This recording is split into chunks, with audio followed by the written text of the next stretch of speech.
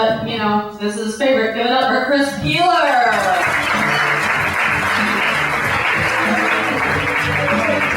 Give it over for Sally! Yeah, she's great. Love her. Thank you so much for coming to our live reenactment of Downton Abbey. I will be playing Bates. No, I won't be playing Bates. I just had one part of that joke in there. I'm sorry. So my name is Chris. Thank you. Another Chris in the audience, maybe? As you can tell by looking at me, I'm mixed race. I'm half German and half lost. Which means that one side of me is obsessed with order, with efficiency, and the other side just wants to sting you.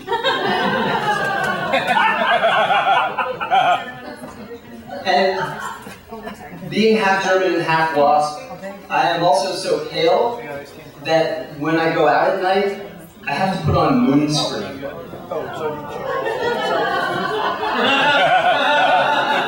I wasn't supposed to enlist sympathy, but thank you. Come see me after the show. I'm actually, maybe I'll do some sort of benefit for those of us who are dangerously pale.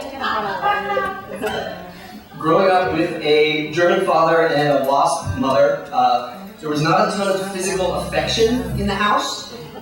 So, a lot of people go off to college and discover sex or discover drugs. I discovered hugging.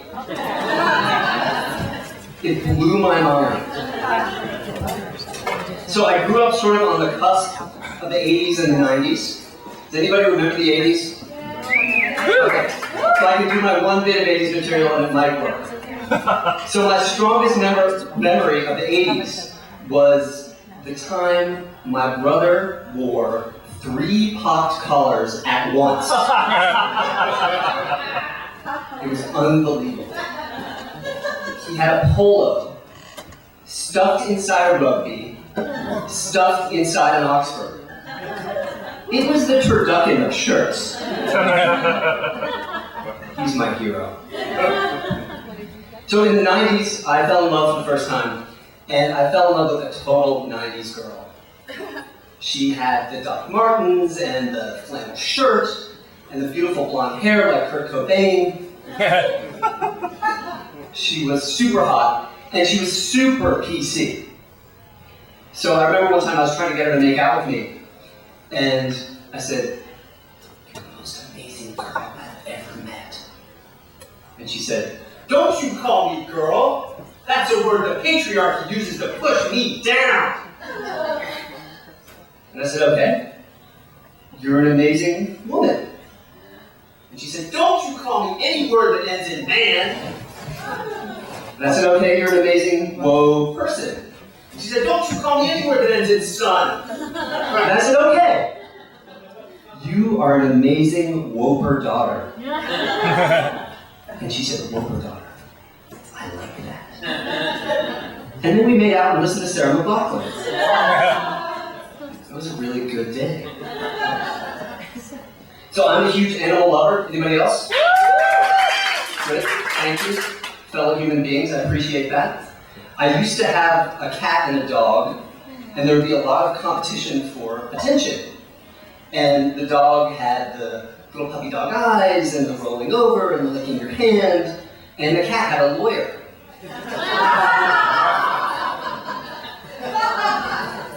I could tell you some stories. Well, actually I can't, because Fluffy made me sign a gag order. And so now I have 2 cats, and living with cats is kind of like living with drunks. They're very sweet and cuddly when they want to, often in the middle of the night. And yet, no matter how kind and sweet you are to them, once a month, they will piss in your shoes. So I'm going to get very serious for a minute. I believe very, very strongly in the deepest part of my heart that you should never, ever, ever, ever, ever discriminate against people because of the color of their skin. However, when I'm in my car and somebody tries to kill me with their car, I become speed racist. Go speed racist, go speed racist, go speed racist, go. And the thing is, I feel like some other people may have the same phenomenon. When you're in your car and you're being a racist, you don't have time to think, and so it comes out dumb. Like the other day, a black guy cut me off and I was like, "Screw you, Count Chocula!"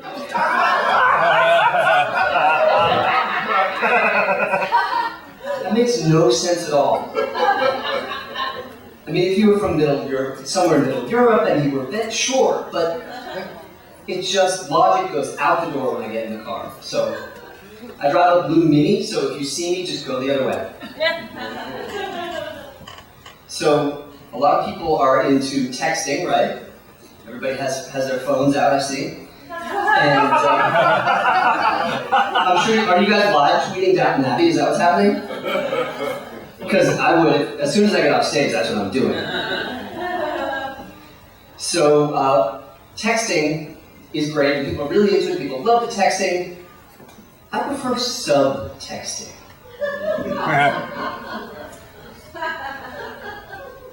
I even have a special app for it. So the other day, I was thinking about a friend of mine who's now rich and famous, and I was feeling sorry for myself, and so I got my phone and I texted, "I am so jealous of you that only an alcoholic stupor will keep me from jumping off of something high onto something sharp." That's what I typed, and what got said was, "How you been? Drinks?" Thank you very much. I'm Chris Piehler. Have a great night.